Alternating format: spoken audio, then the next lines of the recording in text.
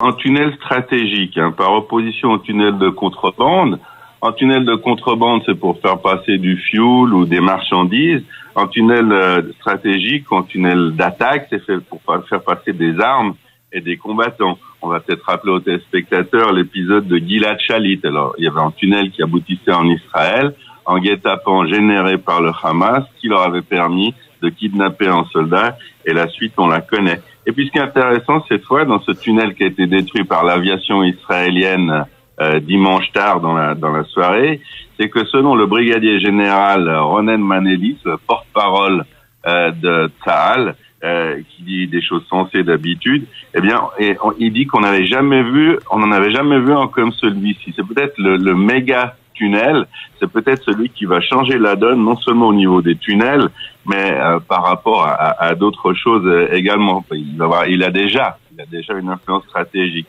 Alors, ce qui est intéressant, c'est qu'il passait sous le point de passage de Kerem Shalom, près de la frontière égyptienne. C'est donc là qu'entrent des centaines de camions, ou le contenu plutôt de centaines de camions chaque jour pour Gaza. C'est ce qui nourrit Gaza.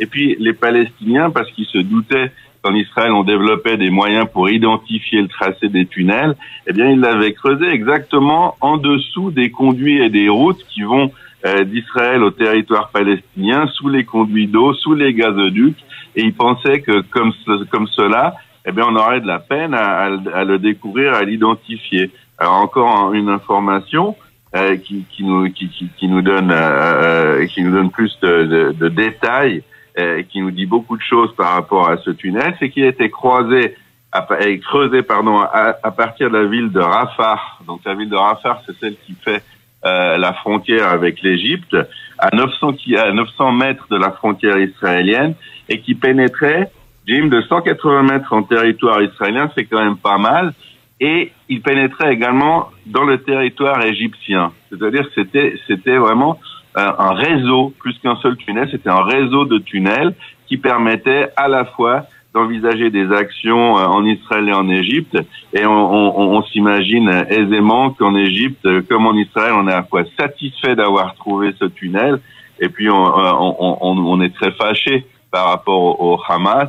On l'a dit des deux côtés de la frontière.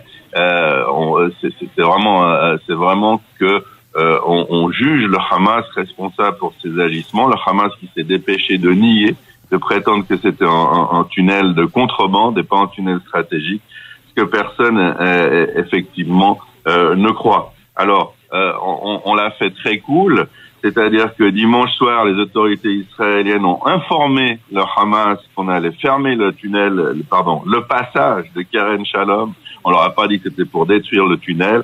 C'est le 4e tunnel détruit en quelques mois, et ce qui fait dire aux Israéliens que nous avons développé la technologie la plus avancée au monde pour la détection des tunnels souterrains. Alors on sait pas précisément, mais à Metula, ça fait longtemps qu'on se pose la question de savoir quelle est cette technologie et comment on découvre ces tunnels qui se trouvent souvent à 20 ou 30 mètres en dessous du sol, Jim. Mais Stéphane, justement, les autorités israéliennes ont annoncé que des raids aériens avaient été utilisés, mais également d'autres moyens pour démolir cette galerie souterraine. J'aimerais qu'on s'intéresse maintenant un peu en détail, Stéphane, sur les différents moyens qu'ont les Israéliens pour détecter, mais également pour détruire ces galeries souterraines terroristes palestiniennes. Alors, commençons par ce qui est facile. Les détruire, on a aujourd'hui des bombes très précises qui sont capables d'entrer très profondément dans la terre. C'est des bombes qui ont été conçues pour détruire des blocs de béton, notamment peut-être en Iran, là on construit la bombe atomique. Donc dans le sable, c'est quand même beaucoup plus facile. Ça, c'est le côté simple. Mais jusqu'à maintenant, il n'y avait pas vraiment de technologie pour à coup sûr déterminer l'endroit où se trouvaient les tunnels. Alors, ce que je vous dis, ça vient des spécialistes de la MENA, pas de l'armée. C'est bien entendu ultra secret. Ce qu'on sait ici, ou ce qu'on croit savoir, c'est qu'on agit par résonance magnétique. Un peu comme quand on vous fait un scanner à l'hôpital, mais à la place de le faire à 1 mètre de distance, on le fait depuis un satellite. Le satellite serait capable de voir où il y a des creux dans la terre et leur longueur, aujourd'hui, il serait capable de déterminer l'emplacement des tunnels. On connaissait un peu ces techniques de résonance magnétique à partir des satellites. C'était utilisé par les chercheurs d'or surtout et par les chercheurs de trésors aussi. Ils cherchaient les cavités, ou ils cherchent encore les cavités dans la Terre. Et nous pensons ici à Metula que ça a été adapté pour les besoins de la recherche de tunnels. Et puis, on pense aussi ici que c'est pas une seule technique ou technologie, mais c'est plusieurs qui sont utilisées. Et la technique définitive, quand on a plus ou moins localisé le tunnel, ça doit être, à notre avis, un test de continuité électronique. Alors, on place 2 grosses électrodes dans la Terre qui créent un faisceau, une ligne d'électricité.